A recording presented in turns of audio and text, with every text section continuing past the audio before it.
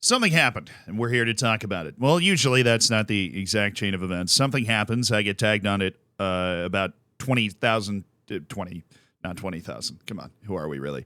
Like 20 times on Twitter. I get sent it in my DMs. I get emails to like the business email. You know, sometimes things happen, and people are like, I cannot wait to hear Zealand talk about it.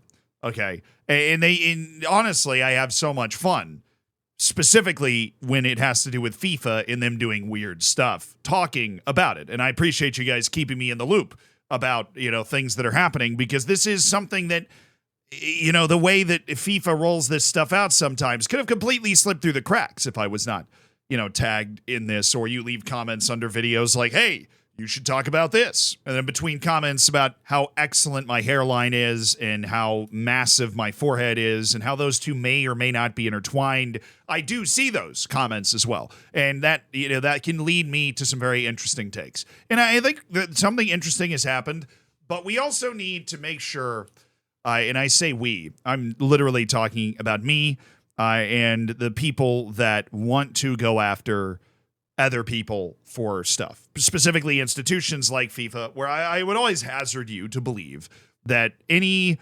large organization running sports, their goal is money. They may accidentally do something that ends up being a good idea, but if they do, the goal was money, that was a byproduct. They're going to do like whatever they want to do and need to do in order to acquire more money.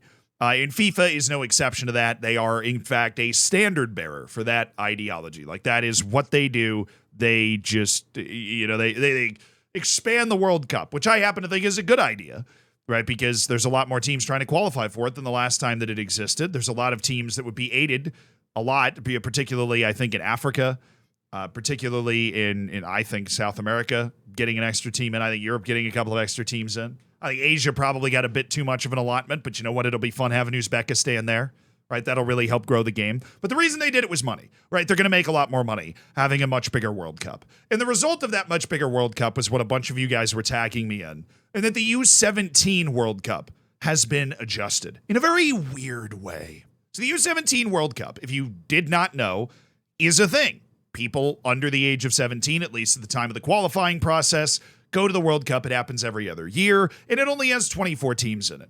The women's tournament had even less teams in it, but the women's tournament's been increased to 24. In the men's tournament, here's the kicker, has been increased from 24 teams to 48 teams at the U17 World Cup. 48 teams. 48. That is a doubling in the number of teams that are making the U17 World Cup. It is also, which obviously wasn't the case previously, you had 32 senior men's World Cup teams, 24 U17 men's World Cup teams, or boys World Cup teams, I guess you would say. Now we've moved it up to 48 World Cup teams, which if you didn't know that the 2026 World Cup's going to have 48 teams, terrible way for you to find that out.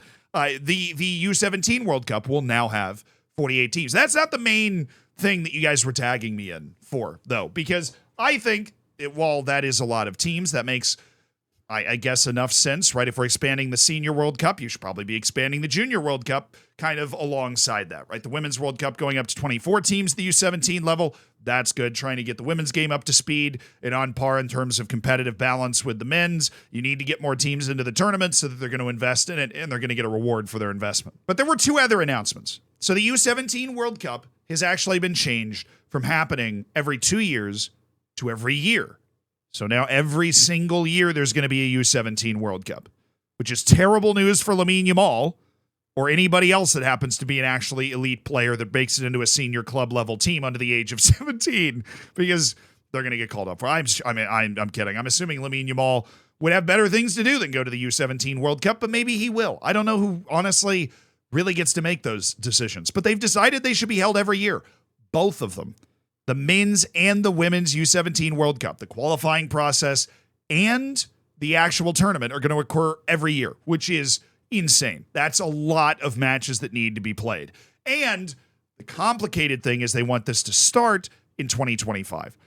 That is tricky because a 48-team tournament is not easy to host, particularly when you have to satisfy FIFA requirements for hosting things. That's difficult. FIFA and the various continental associations as well. It can be notoriously difficult to satisfy requirements to be able to even have a team. Something I've studied when we were making videos in Oceania about certain nations, like, well, you need this number of hotel rooms to be able to accommodate all these teams. Well, think about the logistic requirements, like the logistical requirements of having 48 teams, players, coaches, medical staff, different allowances for teams from different nations, perhaps translators, bus travel, practice fields, playing fields, transportation between all of those, freaking cafeteria food, like all of that needs to be accounted for. It's actually really difficult to do. And as a result, the idea to decide that you're going to host a U17 World Cup every year, it's going to be really difficult to find enough hosts. So FIFA came up with a solution. And this is perhaps the most controversial part. Because I got tagged in a lot of stuff that's like, well, FIFA's not hiding it anymore. I can't believe FIFA would do this.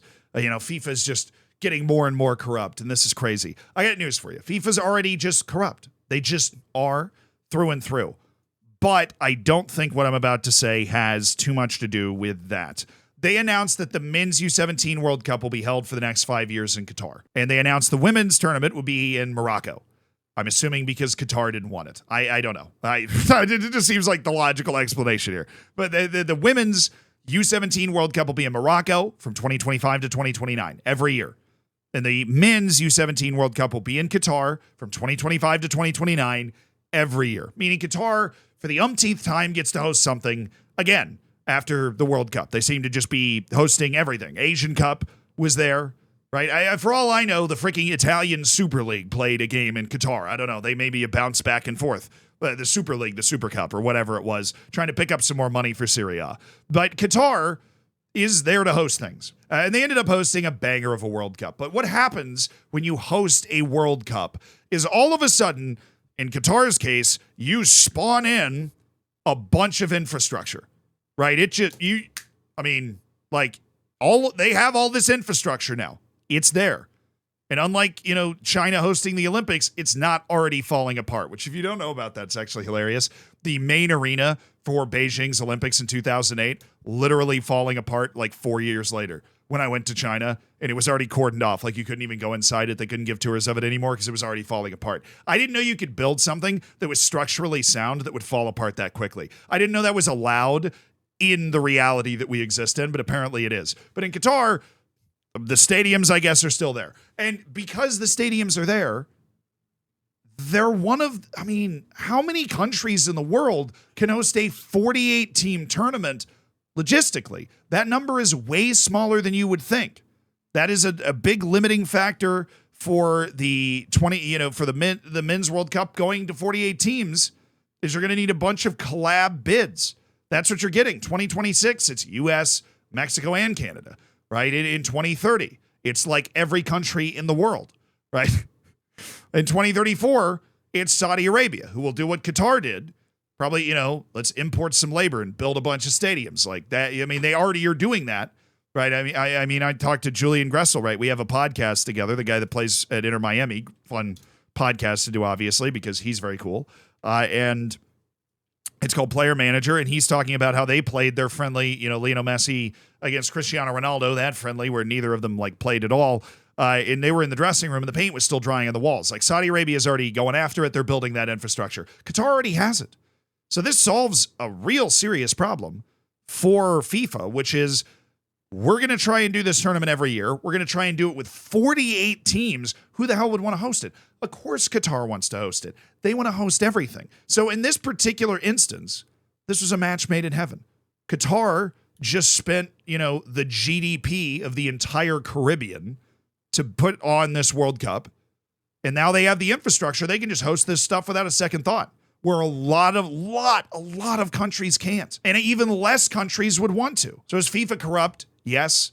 I don't think FIFA is extra corrupt for wanting to put the U17 men's World Cup in Qatar every year for 5 years, because I think by expanding it to 48 and then by making it every year, you created a huge logistical problem. And Qatar is like that kid that just volunteers for everything.